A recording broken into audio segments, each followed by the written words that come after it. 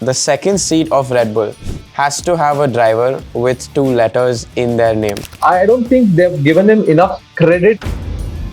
If you compare the kinds of grip levels between MotoGP and Formula 1, I mean, those F1 tires are like 1.5 feet, but the width of the tire that's actually on the track is the size of a credit card.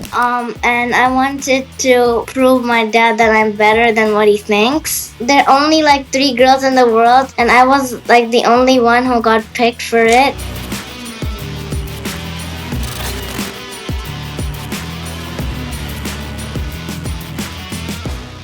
It's race weekend once again. तो इसी के साथ fan code Gearbox powered by MRF तो आना ही था. This is the show where we talk about all things motorsport, from Formula 1 to MotoGP to everything in Indian motorsport as well.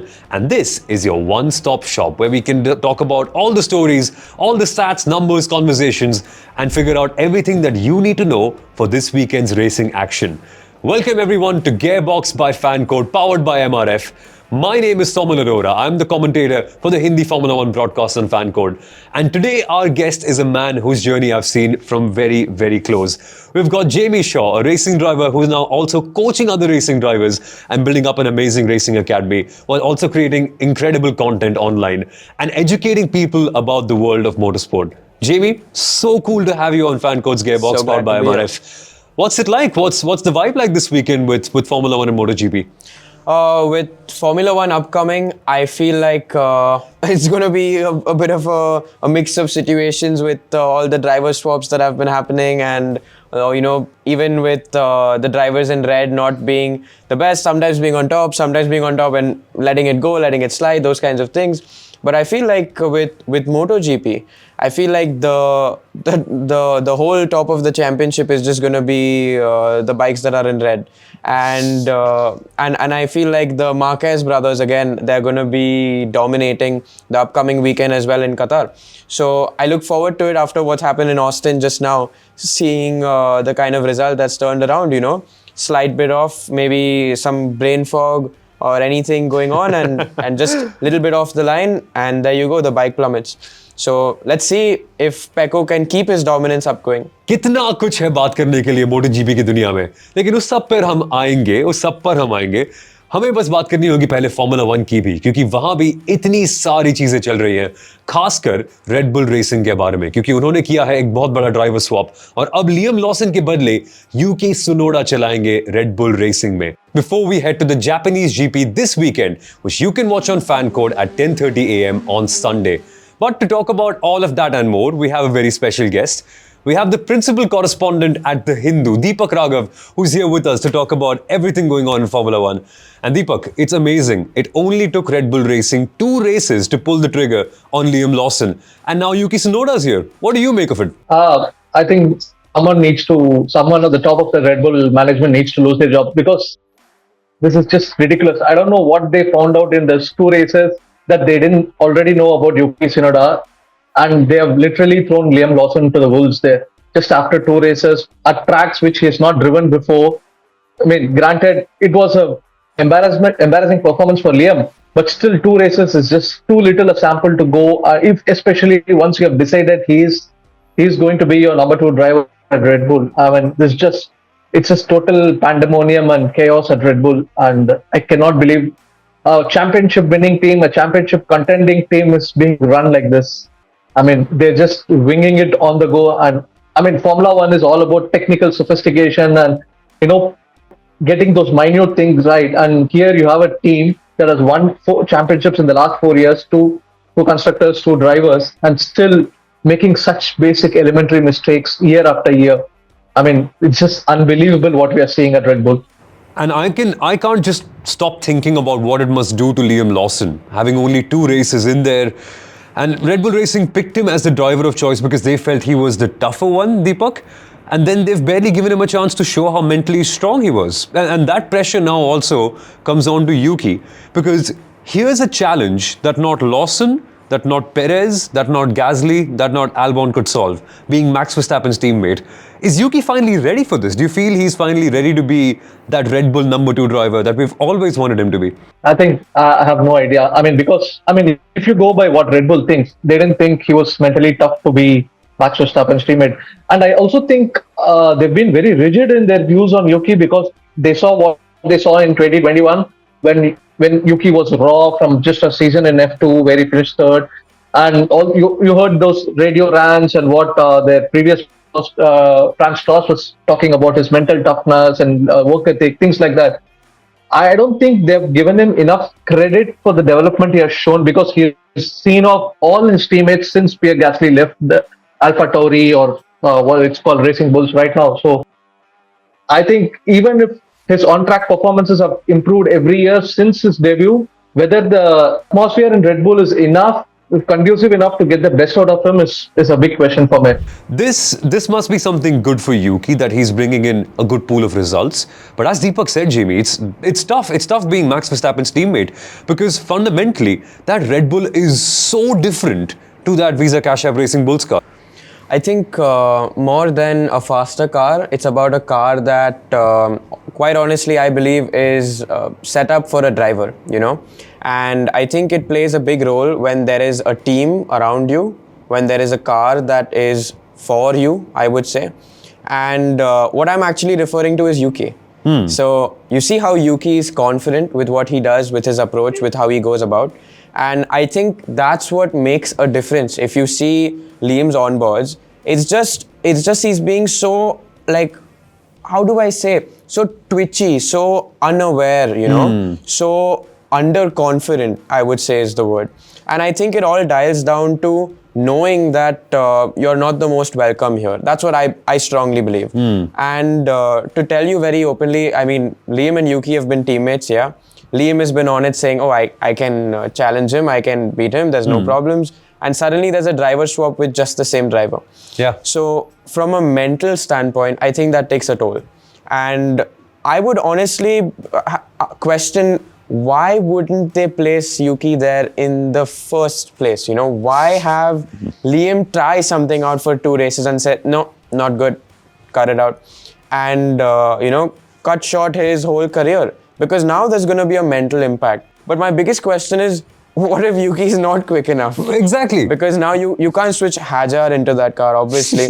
You can't put Liam back into that car, or I think it's just going to be funny at this point. We can drive, right? If they're changing drivers that quickly, I think we can join in the line. Maybe by the mid of next season, we'll be in here too. You know, I actually saw something, and it was Ricardo. He was mentioning that the second seat of Red Bull has to have a driver with 2 letters in their name.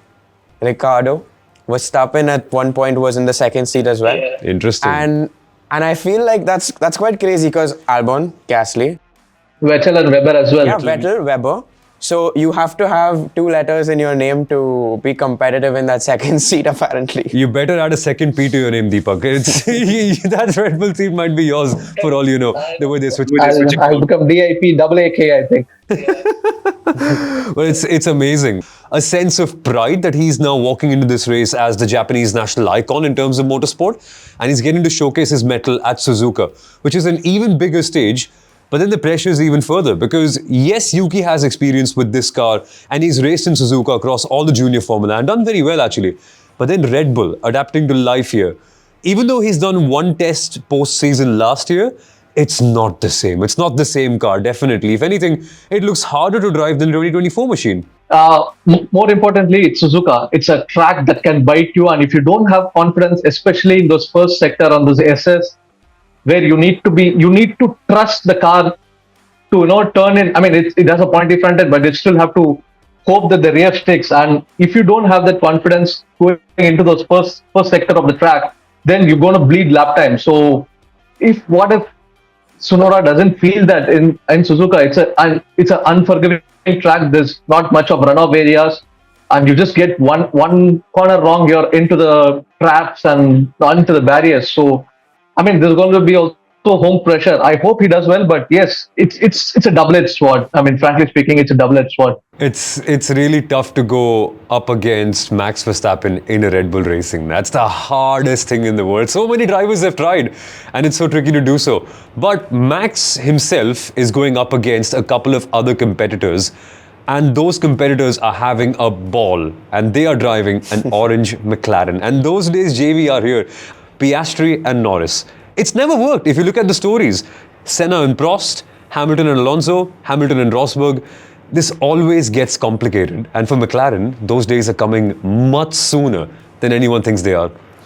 I feel like that team, I mean, if you look back at 2018, 2017, like you said, that car was just plain. Now they have so many sponsors. It's like I can't figure out the color of their car, Exactly. with the chrome coming in and the Skittles color wheels coming in and all those kinds of things, But yeah, they've really picked it up. I just wonder what kinds of decisions they'll make this year compared to last, where they were like, oh, we'll just give both our drivers the chance, and they ultimately lost the title, I would say, in the drivers' championship. That's what I strongly believe. But this year they have kept it open for both drivers, it seems, and I think they can do that this year, considering how far ahead they actually are with pace and those kinds of things.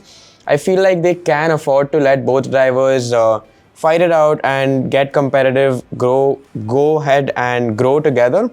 But yes, like you said, it's not worked very well. And I think it's only a matter of races before which something brutal happens, where they probably have a rule like when Rosberg and Hamilton were together, and the new rule was, if you crash, you pay for your damage bill. I think something like that is going to keep these guys in order. Okay then, before we wrap up the Formula 1 segment, we just need to get quick bold predictions on the Japanese GP. Who are you guys backing for the win? Because I'm going Lando Norris this time. I know it might be bold and brave, but Suzuka can be all down to a good qualifying. And I feel Lando, if he can get things together, can be the one there. Again, it's a big if. We'll have to wait and see. You can never count out Max, but I'm going Lando Norris on this one.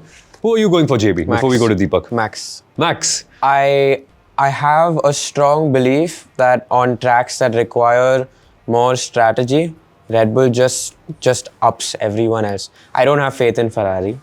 I don't necessarily feel like McLaren's being the quickest are just going to steal the show. I just have a very strong feeling that Max is going to show us what it is like to get the third fastest car on the first step of the podium. Which he's done last year too. And I remember, Deepak, when he won the 2022 World Championship, he won here in Suzuka in the wet, pulled off, I think, 24 seconds, almost a second a lap. Max is a monster at Suzuka. Yeah, since Max and Lando have been taken, I'll go with Oscar, because in 2023 in his rookie year, I think Oscar did out-qualify Lando at Suzuka and he got his first podium, I think, there. So I think maybe now he's the informed driver. He will. I will go for him to put it on pole and control the race like he did in China. But yeah, it's going to be a tough battle between McLaren and Red Bull. Max, as he said, is a very good shout out, because this will be the first high-speed track where we will see the Red Bull in this season, and that's where the Red Bull strengths are, I believe. And as you said, a driver can make a huge difference there. So it'll be a good battle, but yeah, I think Oscar is my current favorite in F1 right now, so I'll just back the Aussie. And what a race weekend it's going to be. Ye sari kahaniyan, Lando ki kahani, Oscar ki kahani, what about Lewis and Ferrari? And plus, don't forget George in the Mercedes too, because on the hard compound tires, they are so strong. और ये सब को हम देखेंगे इस Sunday fan court पर सुबह 10:30 बजे Japanese GP के लिए.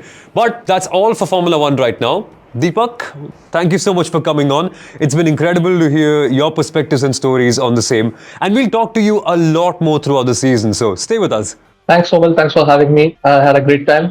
I'm looking forward to this weekend's race. Formula 1 में तो हम सालों से इंतजार कर रहे हैं कि कब एक लाल रंग पहनने वाली ऐतिहासिक Italian team world championship lead करेगी, लेकिन मोटो जीपी में ये सालों से होते आ रहा है और डुकाटी है वर्ल्ड चैंपियंस. और इस बार भी वर्ल्ड चैंपियनशिप में top 5 bikes after the first 3 races, they all belong to Ducati. But at the lead it is not Marc Marquez, it is interestingly his brother Alex Marquez, who is now the leader of the MotoGP World Championship. And at the Circuit of the Americas, Jamie, everything changed so dramatically. Pecco is back, Alex is leading the championship, and Marc is only human. What a race! What a race! I think it's incredible. I mean, Pecco really needed this. Firstly, I feel like he was becoming a bit quiet. His personality, or not his personality rather, but his body language was seemingly becoming a little bit calm, you know, almost as if it was either going one of two ways, either complete intimidation or full focus and at the top. And I feel like by winning it in Austin, at a place where Marquez has won it so many times, I mean, having all kinds of track records here with even the number of pole positions, I think he's set a statement. Although he did not qualify too well, I think he just capitalized on exactly what he needed to. With his teammate falling and winning it, I think he's made a hard hit. But knowing Marquez, he's not gonna take this lightly. I think Pecco's got a good fight that's gonna come his way. Exactly. And Bagnaia ने ये भी कहा था race के बाद कि मैं इसलिए जीता क्योंकि मार्केज ने क्रैश की, उनकी एक छोटी सी गलती हुई जिसकी वजह से मैं ये रेस जीत पाया. But a win is a win. It doesn't matter how you win. The most important thing is that you're there in P1 at the end of the race to take home the maximum points. And that's what Bagnaia does so well, that even on the days when he's not the best, he'll still be around. He'll still be second, he'll still be third, so that when another person makes a mistake, he's always there to capitalize on it. And I find it interesting now that there is still some ray of hope, because it was initially looking like Marquez would run away with it. 2 races, 2 Grand Prix wins, 3 sprint wins as well. एक बार तो मुझे लगा कि यार Marquez भाग जाएगा and there is no chance for Bagnaia to catch up, but he's only human. He's not an alien. He's proven that. Yes, I mean, if you compare the kinds of grip levels between MotoGP and Formula 1, I mean, those F1 tires are like 1.5 feet, but the width of the tire that's actually on the track is the size of a credit card. Yeah. You know, to consider the kinds of conditions they were racing in, maybe it was a little bit a lap of focus, I would say. There were a few analysis done. Maybe he was slightly off the line, had a little bump, and that was it, you know. Yeah. But I mean, that is how competitive the sport is at the top level. And that one bad day for Marquez is already here, which means that later on, there might be a bad day for Pecco as well. Nobody's perfect in the world of bikes. I think what's important though was it took Marquez to fall for anyone else to even be fighting in any way. True. And even though he's practically lost the feature race, he's just 1 point behind in the championship. You know, that to his own brother. And I feel like that's quite interesting to know, because again, it's a new team for him at the end of the day. It's a slightly new environment, and I feel like Pecco has been building towards these years, you know, where he should be competitive.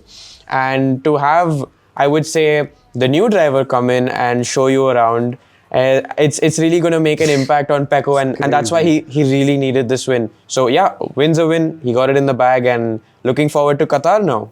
But they're not the only two in the fight, because we're constantly counting out Alex Marquez, who, by the way, for the first time in his life, is now a MotoGP championship leader. Yeah. And that too on a year-old bike. You're beating Marc Marquez, because he too is a Marquez, remember? And also the world champion Pecco Bagnaia. It's phenomenal what Alex is able to achieve. And I'm just so excited to see a satellite bike actually compete. And it can really happen. I mean, that's true. We saw Martin last year on a satellite bike win it after, about 60 years we were discussing. Crazy. And maybe if Alex pulls through and, also secures such opportunities. Because at the end of the day, with the 2 Ducatis fighting at the top, just like in Formula 1, when 2 teammates are fighting, it's not the best news, especially when a new team, another team is quite close behind. Yeah. So I feel like Alex is surely going to make the most of these opportunities. Like you said, on a satellite bike, not too far away from Marquez, even in the other races that we've seen. 1-2 in the first race, 1-2 in the second race. He's been right there, I'd say closer than even Pecco has. So yeah, he's a real title contender. Exactly. और हैरानी की बात यह है कि पिछले 2 सालों में एलेक्स मार्केज को सिर्फ 3 पोडियम मिले थे अपने पूरे MotoGP करियर में, और अब इसी साल में in the first 3 races he's gone on and has taken 3 podiums by himself. Amazing to see this whole story mature. While the Ducatis are doing well at the top, we're also seeing a lot of interesting stories behind them. The fact that Aprilia aren't there where they want to be, with Jorge Martin's injury and Bezzecchi not doing well. The fact that their lead rider is Ayogura, who's just jumped on from Moto2 to now come into MotoGP. It's phenomenal, Jamie, that a rider so young is able to be the lead rider for a manufacturer like Aprilia, who's lost so many of their stars, like Maverick Vinales, जो पिछले साल USGP में जीते थे, इस साल Aprilia में नहीं है, KTM चले गए, वहाँ struggle कर रहे हैं, लेकिन Aprilia में lead rider एक Moto2 से आया हुआ rookie है. That blows my mind the way it's all going around. I mean, it's quite true. He's had, I think it was a top 5 in the first round, Yeah. a P8 in the second, and now a P9. And I think it's quite a hard fight at the top. I mean, all 5 bikes of Ducati leading the championship tells you how competitive and strong the Ducatis are. But he's keeping it right there. He's not too far behind. And to consider he's, I'd say it's his first season, like you said, it's quite a big challenge, yes. Honda and Yamaha are still struggling. It looks better for Honda somehow. They've lost their iconic Repsol sponsorship और हमें लगा था कि यार जो बचपन की जो हमारी Honda team है वो हमेशा के लिए चले गई. But they've been good. In the USGP we saw Johan Zarco crashing out and making an error. But the signs are still there. Honda are making some steps back into the very top. But it will take so long. It will take so long for them to be back. I think it's signs of hope, and rather good progression. I mean, even with when they had Rossi, I don't, I think it was a little bit unfortunate how things were going at that time. But now I think things are looking better, and hopefully going into the rule change, things get even better for them. And also for Yamaha, क्योंकि हम सब बचपन से Yamaha fans होते आए हैं. After seeing what Valentino Rossi and Jorge Lorenzo have done on that bike, we've all been such great fans. And even Fabio Quartararo and everything he's doing. There seems to be some hope, Jamie. But for Yamaha, it will take time. And the Japanese manufacturers do have the concessions. So they're able to work on their bikes a lot more and test a lot more than Ducati. But even then, it feels like it will need so many upgrades for them to get better. Because at the top, chahe qualifying ho, chahe race pace ho, nobody can catch the Ducatis. They're just on another planet. That's quite true. I think this year they're just going to dominate all throughout. It's going to be more of a learning and a build-up for the regulation change that's upcoming in the next 2 years, I believe, 27. Yep. So I think Ducati is going to probably take it, considering their satellite bikes are quicker than most factory bikes right now. Exactly. And yeah, the VR46 team is doing insanely well. Both drivers quite high up, one of them on the podium this weekend as well. Yeah. And it's just going to be interesting to see how the other factory teams respond. Because I just feel like in a factory team, if you're not doing better than the satellite teams, what about the riders, Yeah. Their careers have, I'd say, a clock on it. They're looking to be as competitive as possible. So we saw even in Formula One, after ages in Mercedes, Lewis still said, nope, I need the performance, I need the package, I'm going to switch. Exactly. So maybe we could see some big switches coming up as well. Exactly. Who knows how the season could go. And Jamie, to end this segment, I just want predictions because I feel this is a moment in time, right? After the USGP, after we've seen Marquez have a crash. I have a strong feeling that after the US Grand Prix, I feel like till now Marquez was not actually pushing to the limits. I don't know, I just feel this way. And I feel like he was actually relaxed and winning, whereas Pecco was like pushing to all kinds of limits mentally, physically, and just scraping through with with a few podiums here and there, but not the best start to the season, And I feel like this fall and seeing Pecco so happy and all these kinds of things, Marquez is just going to come back so much stronger. I think he's going to probably beat the record of the number of wins you can get in a season. That's what I believe. That'll be crazy. देखते हैं आगे ये कहानी कैसे बढ़ेगी जब MotoGP जाएगा Qatar कुछ हफ्तों में एंड वहां हम देखेंगे Alex Marquez versus Pecco Bagnaia versus Marc Marquez. What a season it's turning out to be. But that's all for MotoGP. And we do have a very interesting championship on 2 wheels that's going to happen in India starting this year. The Indian Superbike League, started of course by Sirish Vishwa, who used to be the head of Volkswagen Motorsport back in the day. And now he's starting this new project where JV, they're actually going to race at the Nanoli Raceway in Pune and also the Bren Raceway in Bangalore. So for Indian motorsport, we were dying for more championships. We had the Indian Racing League and we were thinking, yeah, we need more championships for bikes too. And here we have this. So initially, what are your reactions to this initiative that Sirish and his team is building up? So let's talk about what's missing in India and why this is such an important link, all right? We've got championships at the lower level. We managed to get back MotoGP, but there was no in between. You see in cars as well, we got championships at the lower level. We are getting, we had at one point, let's say Formula One. And we got that in-between link, which was the Indian F4. Correct. This is what is going to create a build-up to have more Indian riders. The purpose of bringing these sports to our country was not entertainment, was not for the fans. It was actually for the riders and drivers to progress. Exactly. Which is what the biking community is actually focusing on from what they are doing by bringing the Indian Super Bike League to India. And Jamie, it's amazing that we're now having more championships for Indian riders within our country. We don't have to go to Thailand or Indonesia and any other championship or compete in any other country abroad to have our own championship. We have our own classes along with the national championships too. Right. Exactly.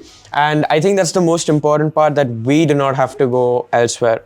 Because you see, with the car racing community, for example, we have championships at the junior division. Yep. And let's say we manage to bring Formula One into the country and have those races run.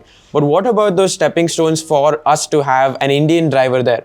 And I think that's exactly what the biking community have got set. We had MotoGP not many years ago take place in India.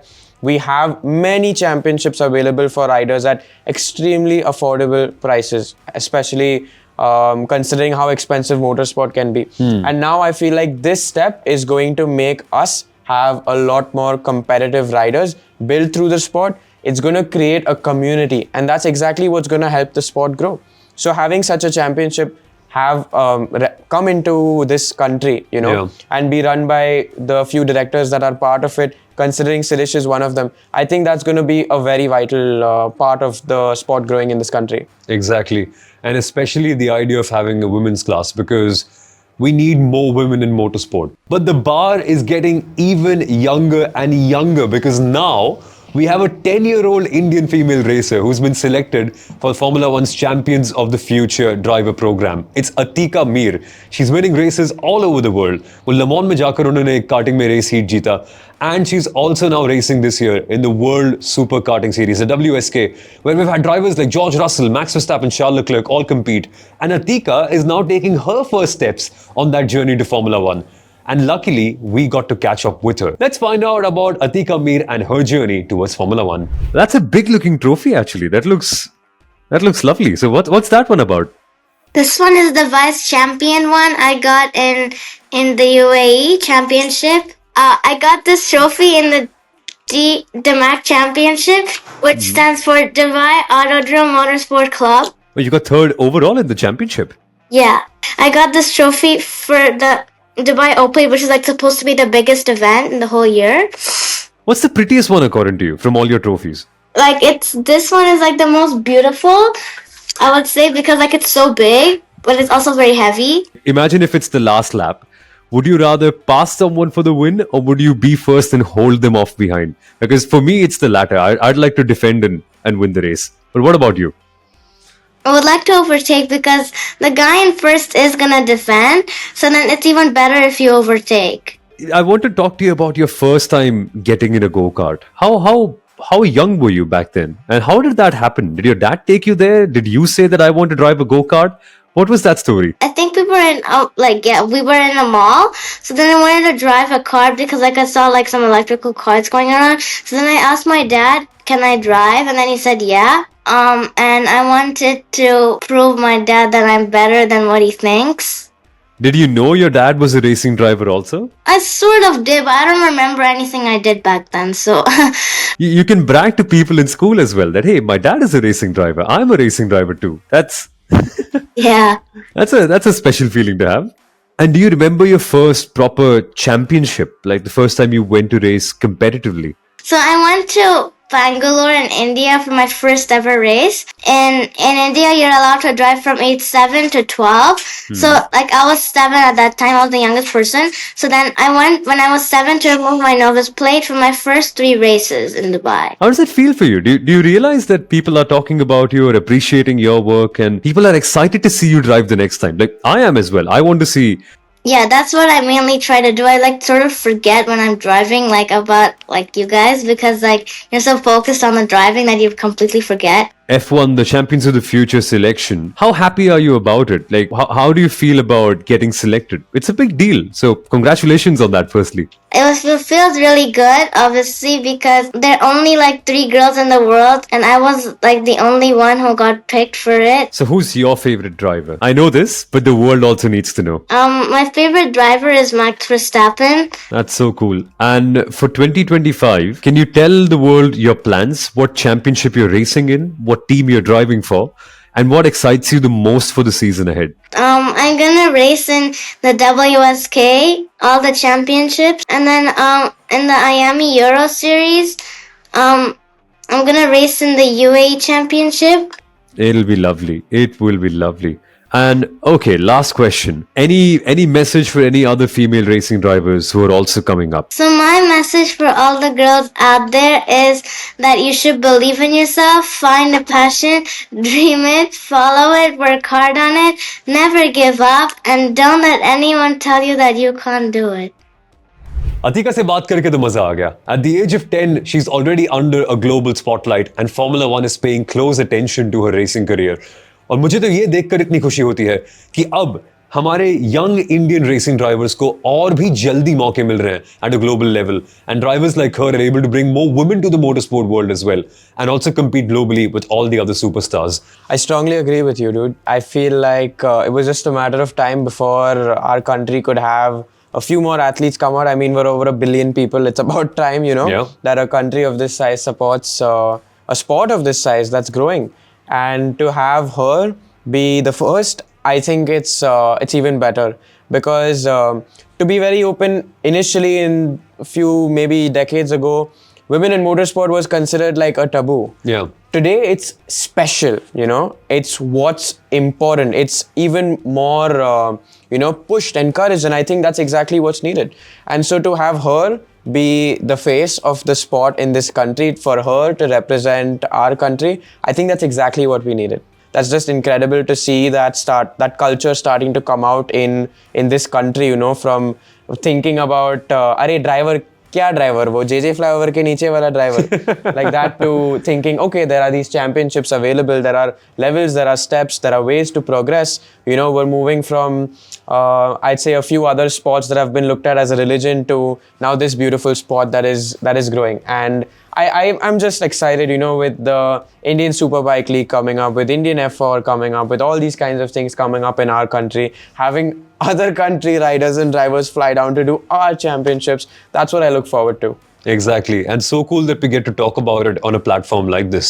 So thank you for coming on, JB. Good to have you on Gearbox this time. Great to be here. And what a fun episode. We got to talk about MotoGP, Formula 1 की भी काफी बातें हुई, और इस weekend हम देखेंगे अगर लुइस हैमिल्टन और फरारी अपनी पहली रेस विन जापान में ले पाएंगे या नहीं, और यूकी सुनोडा आखिरकार कहां फिनिश करेंगे जब वो अपना रेड बुल डेब्यू करेंगे इस weekend. So don't miss the Japanese GP at Suzuka this Sunday at 10:30 a.m.